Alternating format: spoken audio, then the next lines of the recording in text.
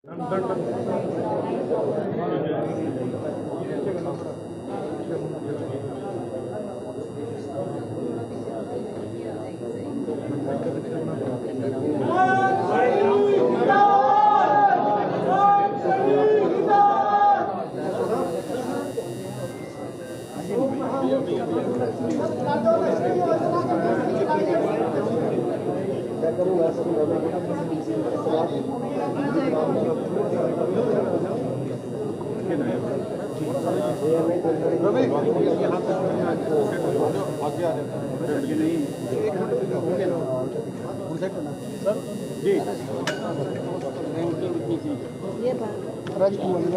करनाल पहुंचे, मीटिंग ली है।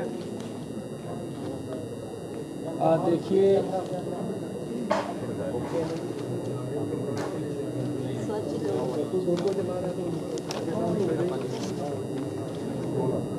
जी मुख्यमंत्री जी आज करनाल पहुंचे थे सर, क्या कुछ मुद्दा था सर? देखिए आज स्वच्छता को लेकर के हमारे केंद्रीय मंत्री आदरणीय मनोहर लाल जी ने पूरे देश में जिन शहरों की रैंकिंग में वो अव्वल आए हैं, उन शहरों के साथ 5 अन्य सिटीज़ को जोड़ करके कि वहाँ पर उनको गाइड करने का काम करेंगे ताकि वो भी शहर स्वच्छता में आगे बढ़ें। वहाँ पर इंफ्रास्ट्रक्चर की कोई दिक्कत है, मैन पावर की दिक्कत है, उन सब को लेकर के हमारे अधिकारीगण और हमारे वहाँ के मेयरगण उस अलग जो शहर हमने अडॉप्ट किए हैं, जिसमें करनाल के अंदर हमारे जो शिवण है नगर पालिका, इस्माइलाबाद नगर पालिका है, नारनौंद नगर पालिका है, कालांवाली नगर पालिका है, राजौंद नगर पालिका है। ये हर एक शहर के साथ 5 अन्य शहर अडॉप्ट किए हैं ताकि जो यहाँ पर ये रैंकिंग में अव्वल आए हैं, यहाँ क्या क्या पैरामीटर्स अपनाए गए हैं, इनको बताने का काम करेंगे। वहाँ पर हमारे यहाँ के अधिकारी जाएंगे, हमारी मेयर जाएगी और हमारे अन्य लोग वहाँ पर जा कर के उनको बताने का काम करेंगे। अगर वहाँ किसी प्रकार की कोई इंफ्रास्ट्रक्चर में कमी है, जैसा मैंने जिक्र भी किया है कि मैन पावर की आवश्यकता है तो मैन पावर पूरी करेंगे, अन्य कोई संसाधन की आवश्यकता है तो उस संसाधन को पूरा करेंगे ताकि वो शहर भी स्वच्छता में आगे बढ़ सके, नंबर 1 के ऊपर आए। उसको लेकर के आज ये बैठक पूरे देश के अंदर आदरणीय मनोहर लाल जी ने ली है। हमारे हरियाणा के 2 शहर पिछले दिनों इस स्वच्छता रैंकिंग में अव्वल आए थे, करनाल और सोनीपत। सोनीपत के भी हमारे 5 शहर अडॉप्ट किए हैं। सोनीपत के साथ होडल है, नारनौल है,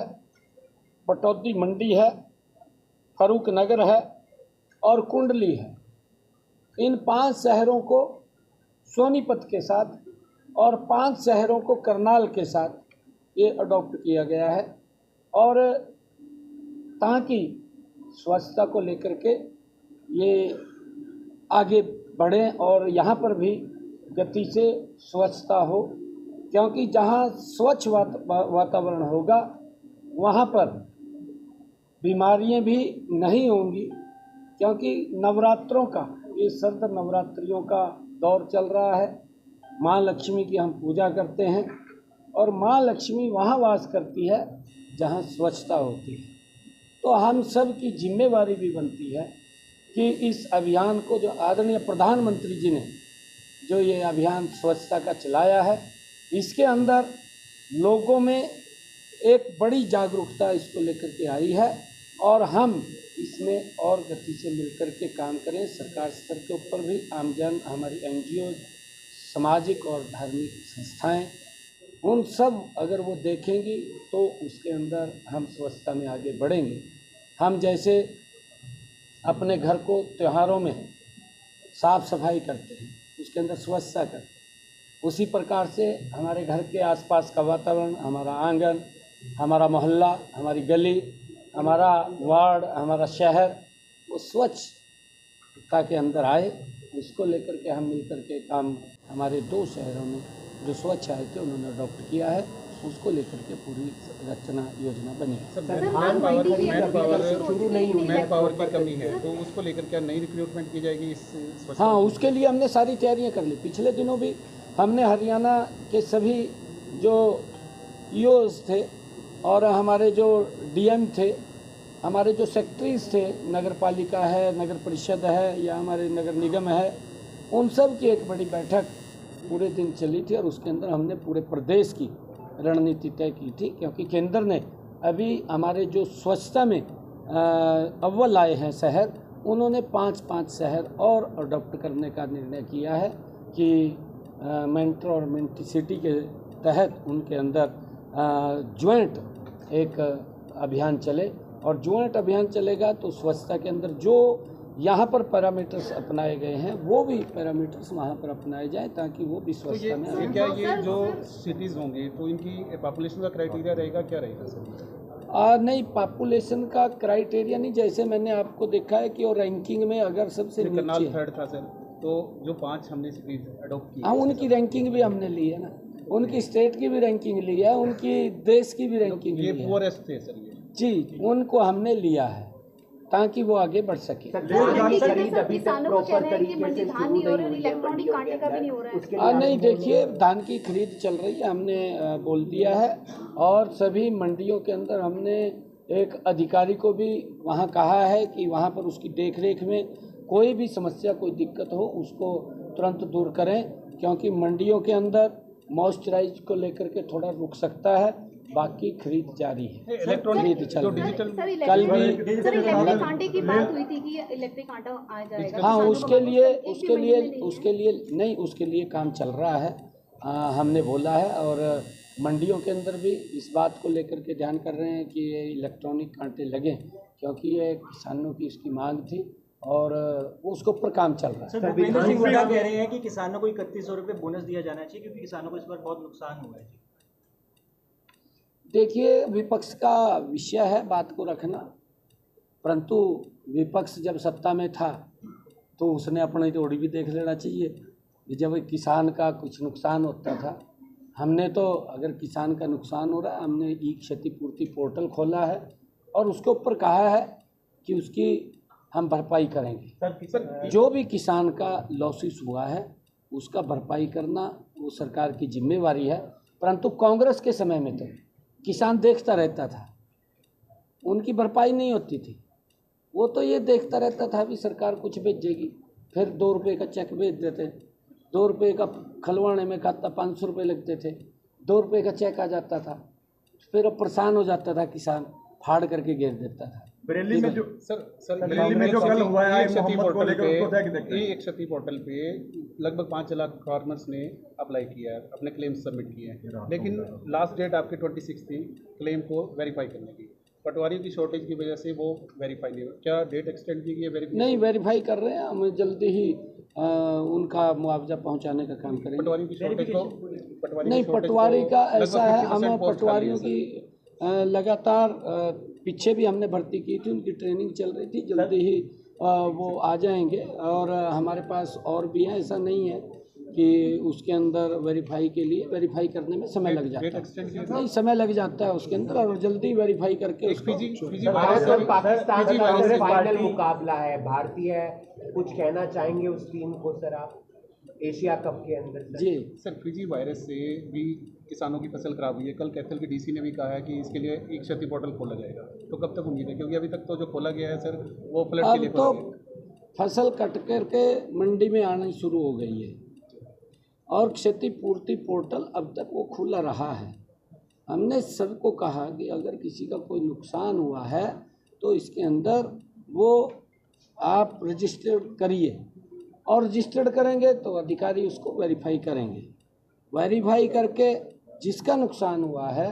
उस किसान को भरपाई करने का काम हमारा है, पीछे भी हमने किया है। मैं अगर आपने जो कहा है कि वो कांग्रेस के हुड्डा साहब ने कहा है कि इतना मुआवजा मिलना चाहिए,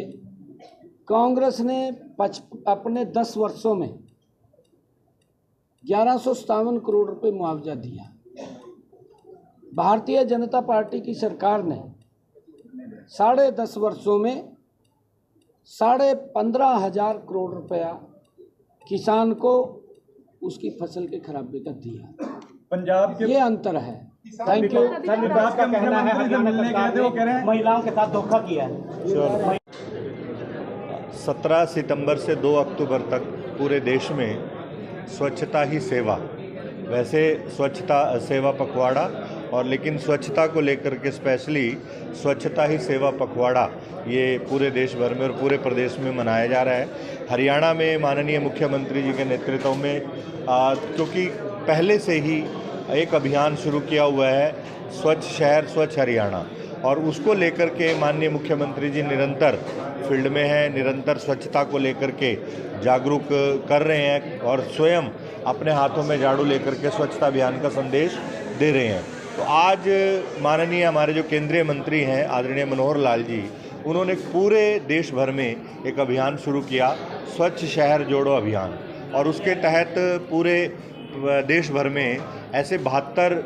शहरों की ड्यूटी लगाई है जिनकी स्वच्छता में रैंकिंग अच्छी है, और उनको लगभग 196 शहर दिए गए हैं, किसी को 2 किसी को 1, ऐसे जो वो कमज़ोर हैं या स्वच्छता में थोड़े से अव्वल नहीं है वो उन पर ध्यान देंगे। करनाल को भी 5 शहर 5 नगर पालिकाएँ वो दी गई हैं जो करनाल के नेतृत्व में वो आगे स्वच्छता के पैमाने को आगे बढ़ाने का काम करेगी। ऐसे ही सोनीपत को भी 5 शहर दिए गए हैं, 5 नगर पालिकाएँ दी गई हैं जो स्वच्छता के पैमाने को आगे बढ़ाने का काम करेगी। क्राइटेरिया क्या रखा गया इसमें? इसमें यही है कि जो स्वच्छता में कमज़ोर हैं, यानी